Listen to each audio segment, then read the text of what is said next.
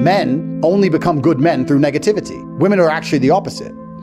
Men who have been through a lot of pain are very kind. When I see a man who's been through a lot of shit, it makes you kinder. You don't want it to be put on anyone else. When women go through a lot of pain, they grow bitter and evil and mean. They don't grow kind. Men grow kind from pain. The worst men on earth are the ones who haven't had enough pain. Those are the arrogant pieces of shit people. You're supposed to suffer as a man. You're born to suffer. You're not supposed to get rich off a fucking stupid meme coin like that without doing any work. You're supposed to suffer. The whole reason God put men on this planet is to suffer. And the best men are the ones who suffered the most. I wouldn't be top G if I didn't suffer more than anyone else. You're a better man than everyone else if your life was a mess and it was a hardship, because you're not what happens to you, you are how you react to it. And the best men on earth are men who have had their parents die, their best friends betray them, their girl betray them, thrown in jail, their money stolen, stabbed, robbed. And every time something happened to them, they sat there and they looked in the mirror and said, what can I learn from this? How can I stop this happening? Those are the best men. Those are the men respect. Those are the men women want. Why do women love scars? Look, they tried to kill him and they can't. That's why I want him. The best men suffered. You find a man who's never been through suffering and nobody gives a shit about him. Men don't like him and women don't like him. Men are no good without it. Lots of people are going through the world trying to get experiences, but they're so obsessed with getting the positive experiences that they never really experience life at all. People go through life and they say, I want to make money on a crypto coin, and I want to get rich, and I want to buy a Lamborghini, and then I want to get a beautiful girlfriend, I want to go on a boat in Miami, and all this positive, but there's no light without dark. You could do all of those things and you'd still be miserable if you didn't experience the dark.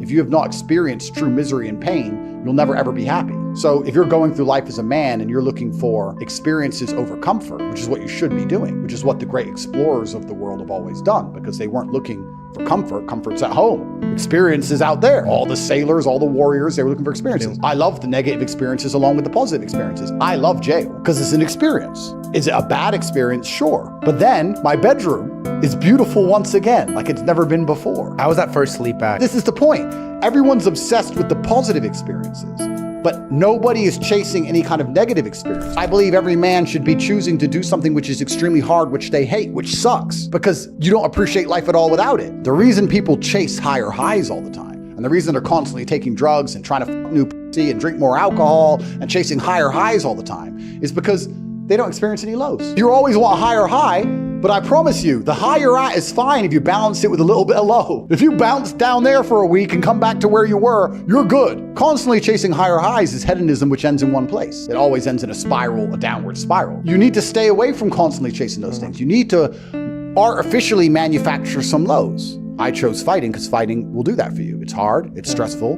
you're worried, you train all the time, you're exhausted, you win, you lose, you get hurt, you go hospital. There's a lot of negatives in it. There's not enough negatives in men's lives today. It's amazing how the human mind adapts to its surroundings. In some ways it's stressful, but there's no light without dark. In other ways, it's not very stressful. Life experience is always going to be valuable, no matter what it is. Especially when you're young, you're going to get your heart broken a bunch of times. Some bigger, older, richer dude's going to take that chick. Heartbreak is the most fantastic motivator on the planet. When a lot of men message me and say they're heartbroken, I think that is the most fantastic mindset to be in to achieve things. Because there is that degree of revenge, and there is that degree of vengeance, and that can only be achieved through being so successful, so monumentally important that she can't forgive you.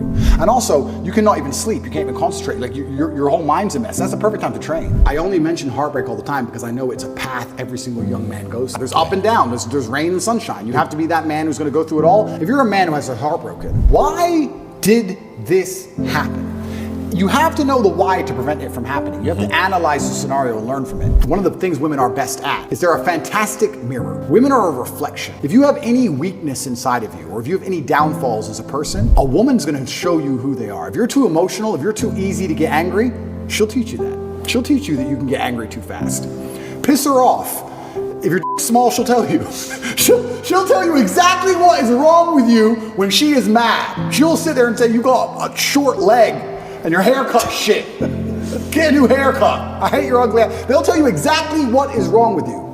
When you look at your bad or your previous relationships with women that went wrong, you can sit there and go, okay, this all went wrong. What has she taught me? She taught me that I'm emotionally affectable. She taught me that if she ignores me, she gets more attention than if she's nice to me. You have to sit there and analyze all the lessons and you have to implement them. It's the same with absolutely everything. But women are a fantastic mirror. A lot of these guys who resort to that are men who don't have the self-reflection to sit and say, okay, why did this happen? As a man, you have to be accountable for absolutely everything. Every single thing that happens is your fault. You made her leave you. You did.